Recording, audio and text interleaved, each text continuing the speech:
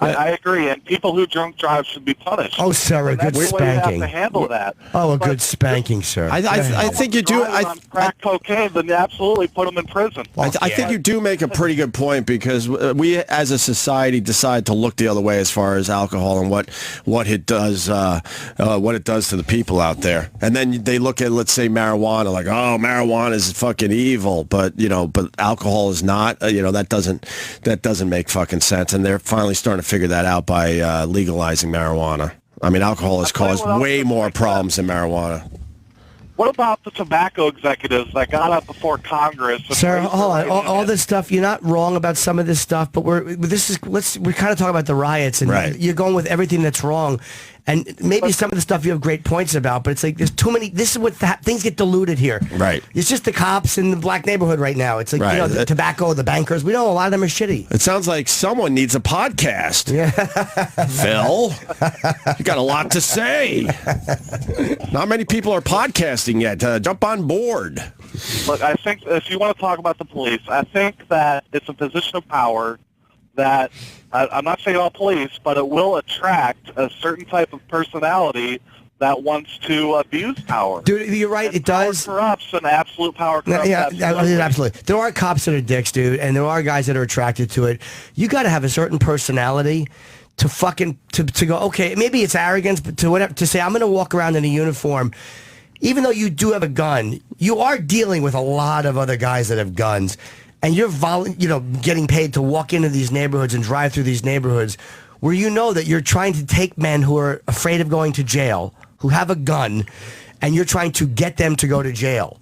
Like, that's a ballsy job. And, despite the cops that are shitty and need to go to prison for shooting unarmed citizens, that's a fucking rough job, man. That's an awful gig. Well, most people want to ignore that part of this. That's an part awful, of the discussion. It's like firemen. Yeah. It's like firemen. Like, literally, they're not combating citizens, but it's like these guys are running into a building that's on fire. Like, I don't care how much you get paid. What the fuck possesses you to run into a building that's on fire? Right. Every instinct you have says, get out of that building. Right. All right. The mayor is absolutely stupid over there in Baltimore. Did you hear what she said about that we need to give them room to destroy things? Yeah, I think you're paraphrasing a little bit, but yeah, she pretty much said something like that, like let them get some of this aggression out, and then we'll start dealing with the problem down here or whatever. I mean, it says on the screen the big issue is the attitude with law enforcement. That's why you originally called it, and I don't understand why people. And every time I say this, people fucking get mad at me on Twitter. I don't understand people that resist arrest in the end. I don't understand. No one should die, by the hands of a police officer, obviously. But I don't, for my own personal safety, every time, I'm involved with a cop, and it's minor shit, I'm not going to try to make believe I'm some fucking, gangster thug that's always has problems with the cops. But even my little shit that I get involved with the cops, I grit my teeth. I'm fucking mad that I have to deal with a cop, but I just deal with it because of my own personal safety. I know in my head that if I overreact or act up, that it's just going to be a bigger problem for myself. But if it were happening to you every day or every week, it's not happening to people it's happening to people every day, but not the same people every day. It happens more. I'm surprised by only because the guys I know who have said you have no idea, and I know that I've heard it from enough different guys I know in the exact same story without them conferring first. Right. But then you'll hear the same story from the cops without them conferring first, too. What happens when you go into this neighborhood? Sure. We pull up to the projects and they fucking throw toasters onto the cop cars, or we're trying to arrest a guy for beating his wife, and fucking 10 guys come out and want to attack us. It's like... Right. I mean, it really isn't. You can't just look at the cops and go, these guys are coming in. And there are times they're doing something very legit and trying to help somebody, and they're afraid for their lives. And to answer your question, if it was happening every day, I can't imagine a situation where I would finally go, God damn, enough of this shit, and now I have to, fight a cop on the side of the road or something. I can't wrap my head around that, because in the end, I want to go home to my fucking family, and I want to continue doing my job and all that shit. So I would still be really fucking mad, but I wouldn't do it. There's a comic, I just wouldn't. A comic I know named Mike Yard. Do you know Mike? He's a very funny dude. He's I don't know his he's name. on the Larry Wilmore show a lot on Comedy Central, and he's a black guy from Brooklyn, and he gets very, he's very opinionated about this stuff. And it's funny to hear him at the Comedy Cellar table when we're all talking, because there's people, like the comics all just yell. Right. Like, that's the way it gets. And all the comics, the white comics, the black comics. Right. But it's so funny to see the people standing around, they get so uncomfortable because they don't understand that we're just comedians and that's how, you know what I mean? And he's talking, not even yelling at us, just talking about the cops. And he was talking to this girl, and he's just fucking, and they fucking fuck it, and the police, and the people are watching like, oh my god, he's fucking screaming at this girl, but he's really not. He's just right. But he'd be a guy I'd love to hear. We should have him in one time. That'd be great, because I only that's the whole point of that dumb, boring presentation. He's a funny guy, and I enjoy him. I only have my dumb white perspective. I'll admit that. I don't understand it, and if someone wants to call in and try to explain it better, I'm more than willing to listen. That's for sure. Now they're saying that social media might have sparked this whole Baltimore riots. That's the latest headline on the news. Well, it makes it a lot easier to, organize people. That's for sure, right? Yeah, well, ISIS is using it. I mean, and people are using it to get to my shows in Rochester this weekend. Why wouldn't they use it to riot in Baltimore? Just all these things. You a hashtag? Yeah. What's the hashtag? Hashtag Jim shows in Baltimore. Oh, wait, no, I meant Rochester. Jim shows in Rochester this weekend, Thursday through Saturday. Get tickets now. That's a long hashtag. Yes. Hugely long. Yeah, that's the whole thing, and it has not caught on. Maybe you could copy and paste that hashtag. Yeah, there's another hashtag I like. Sammy Brand muffins. Did you hear about where that ended up? No, I did not. My escape. No, I would watch wrestling to get away from all this stuff. Right. Yes, you do. I turned on wrestling last night, and there was a big sign in the front row. No, really? That said Sammy Brand muffins. Sammy Brand muffins. I didn't see that. I'll show you right now. I was too busy crying over my stupid Islanders last night, losing Game 7 to the Capitals. Fuck! There it is, Sammy Brand muffins in the front. Sammy Brand muffins In the fucking front row. Fuck yeah. Holy shit. Your curly head, you know what? Really bugged me. I've never been happier to wake up and see a tweet from Sam. Jim Norton, thank you for invading every area of my life. Nice. Like a true disease. I'm like an odor. It's like, okay, I'm going to get rid of my phone. None of the stupid character texts. None of the dumb tweets. Let's see what Randy Orton's doing. Oh, good. Sammy Brand muffins is behind Randy Orton. It's Randy Orton. No, it's not a big match or anything. He's the main event dude. That's a fucking sarcasm, son of a bitch. Were you thrilled to see that, Sam? No, I couldn't have been less thrilled to see it. Nope. Put that on the Facebook page there, E-Rock, for the people. FBF. Tweet that shit out. Oh, BM. We don't have time right now. We got to go to break. But Bill in California, this is when you need political leadership the most. The mayor is horrible. A lot of people saying the mayor is horrible.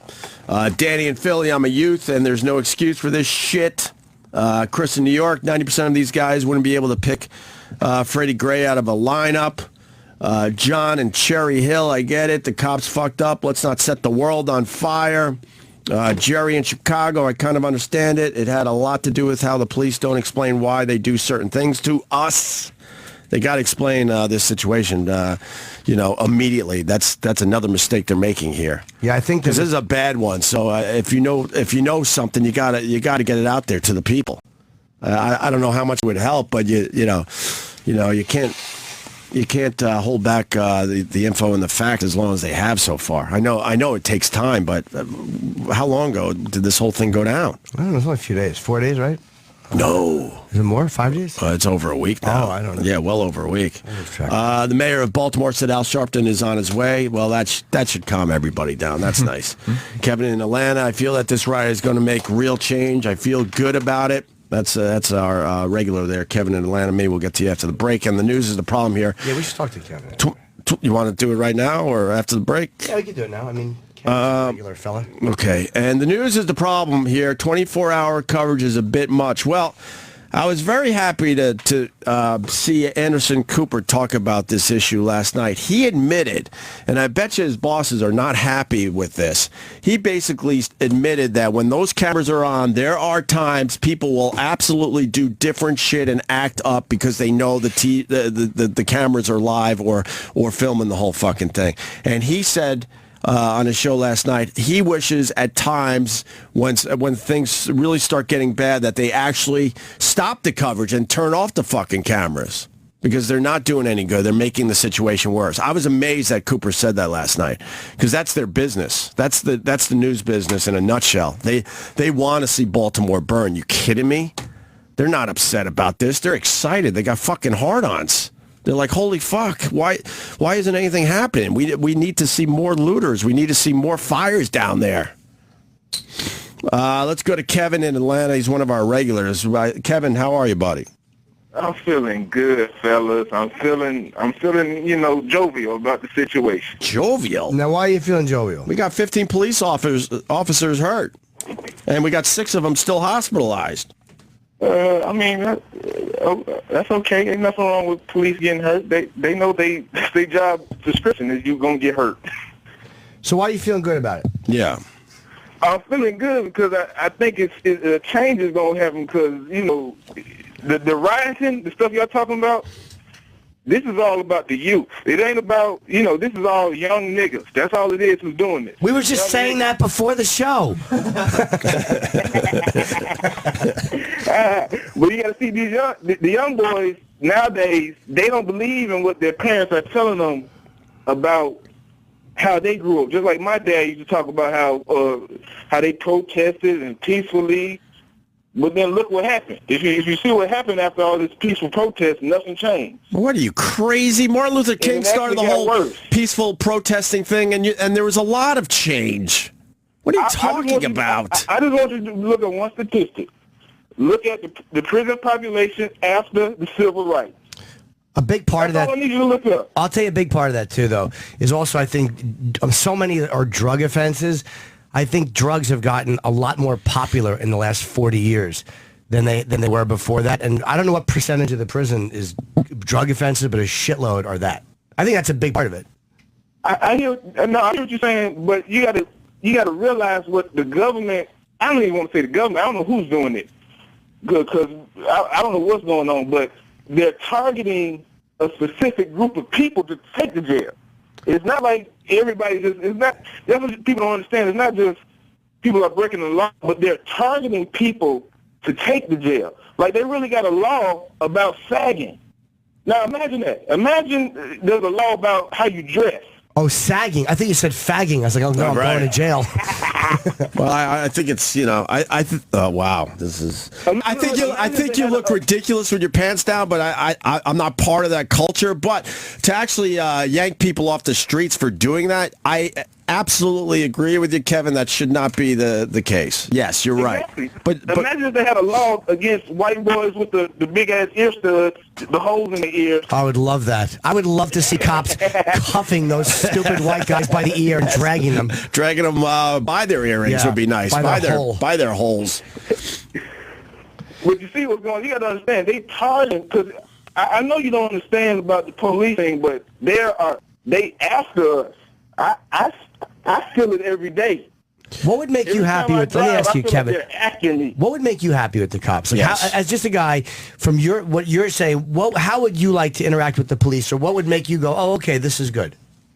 You see, I'm to the point where there is no option left. We got to blow this whole thing up. No, but I mean, if you could have your choice, there's other options besides that. How would you want to deal with the cops, or what would they do that you would go, okay, the cops are being fair and decent? What, in your opinion?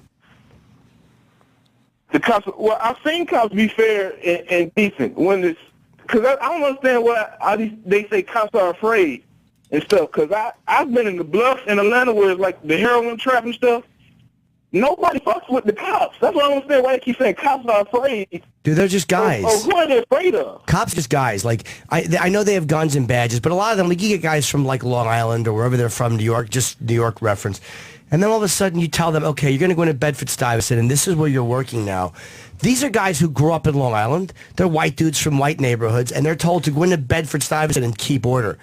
And that people there, come on, they grew up a lot differently. It's a lot harder an area. So they're afraid because they're just guys. They have guns and they're in cars and they have the police. But they're dealing with guys who have guns. I mean, the cops, there's no way you work in an area, a really bad area, and you don't feel afraid if you didn't spend a lot of time in that area. But I bet you a lot of those guys don't even feel like they have the upper hand in the end. I bet you there's a lot of nights they're a bit scared, like, fuck. You know, why they can't wait to get out of those neighborhoods.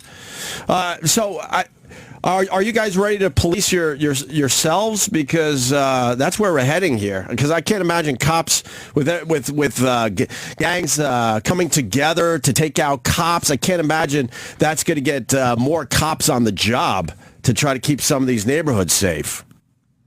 Do you want that? Do you want to just police yourselves? How does this work? And is it only the cops' fault, or is it kind of a two-way street? And maybe these neighborhoods have to change a little bit as well, Kevin.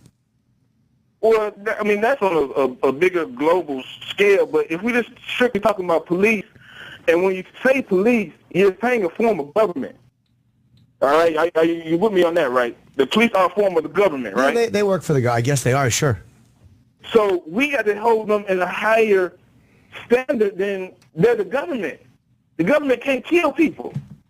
Because history tells us that once the government starts killing people, you know what's going to happen. I'm just going back through history since year zero.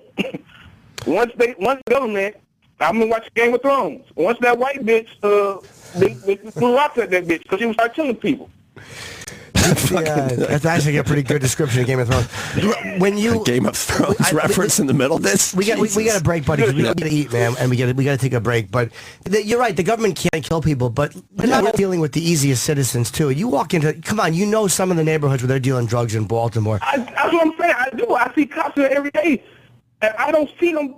I see the dope dealers run away from them. We turn our backs to. I turn away from the cops. Yeah, I've never seen nobody go after a cop. So in that instance, in that instance, the cops are doing their jobs.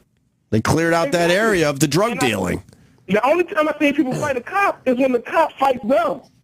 Or when they're afraid of going back to jail. Come on, man. There are guys who are going back to jail for a long time if they get caught, and they have something, and a cop approaches, and they might as well go down swinging because they're going back to jail for 30 years if they get arrested. Exactly. So there are plenty of guys. That is true. But come on, Jimmy. That's like 5%. Maybe lower than that. Most of the people going to jail is not doing that. Yeah, maybe not, but the idea, if it is 5%, those 5% can do a decent amount of damage. And the problem is you don't know which 5% it is. Like, if people who are going to fight had on like a badge that said, I'm going to fight, I think that the other 95% would be treated a certain way. But it's got to be frightening when you're walking up to people and you're going, all right, let me see your ID. Okay, there's no registration. 5 males in the car. What's going to happen when I approach the car? I'm not saying that's an excuse to be shitty to the residents. Right. But there is a certain amount of fear that goes with that. Yeah, all right. Kevin, George Orwell said it best. He says, people sleep peacefully in their beds at night only because rough men stand ready to do violence on their behalf. Yeah, that's America's way of life. You know, we killing folks overseas now, so that's what we do. And how are you going to celebrate today? I mean, you said you're all jovial and happy. Yeah. How does one celebrate the fact that Baltimore is burning? I'm gonna go to work and I'm gonna dodge the police who set up about 2 miles with a little speed trap. I'm gonna dodge them, and I'm gonna go to work with a smile on my face with all these white people at the job who's gonna be talking about it. With a little skip in your step. With a little pep, just a little, Jesus, a little pep in your step. A little pep, I should say, right? All right, Kevin. Thank you. Okay, thank you. Yeah, my niggas, hold it down. Bye, Kevin. All right. We're going to take a break here. You're not wrong, though, about that garden. It's funny. We have a regular on the show named Chipper, and he raised a really good point yesterday on Twitter. He just pointed something out that a girl had said to him, that a lot of times a woman appreciates someone who's watching over her. I mean, I just think that a lot of times when you protect things, you really inspire something. We're all going to Chip Chipperson on Twitter right now. No need to. I'm just saying. Let's see what this is about. Just saying. It's. Oh, here we go. So I was talking to this fucking hot chick, and she's creaming in her fucking jeans. So I go, why do you like me so much? And she goes, because, Chipper, you stand on a wall and you say, nothing's going to hurt you tonight, not on my watch. I was like, that makes sense. What? Mirror sunglasses. Got to see the video. Sideways hat. Apparently that was what a girl said to him. That never happened. Some people might think that Chip was ripping lines from A Few Good Men that he was watching last night and using them in his own life. Oh, that's wonderful. Some people might accuse him of that. That would be Chip Chipperson on Twitter there. All right, I guess we should eat. All right, let's eat. We got Doug Benson today, and we got Artie Lange at 9 o'clock. Very cool. Stay there. More with Opie and Jim after this. And now, a word from the legendary comedy troupe, The Kids in the Hall. My name is Scott Thompson from Kids in the Hall. Actor-comedian Kevin McDonald. Bruce McCullough. Wiki. Mark McKinney. We're kicking off our U.S. tour, and all weekend long, we're playing our favorite comedians. Bits from our shows and Kids in the Hall interviews you won't hear anywhere. It kicks off with a new with Ron Bennington and all the Kids in the Hall. Friday, 2 p.m. East. It's a Kids in the Hall weekend on Raw Dog Comedy Hits. It's going to be laugh-tastic. Pioneers of the Seattle grunge scene. My name's Eddie Vedder. Hi, this is Jeff Amos. Hey, this is Mike. This is Matt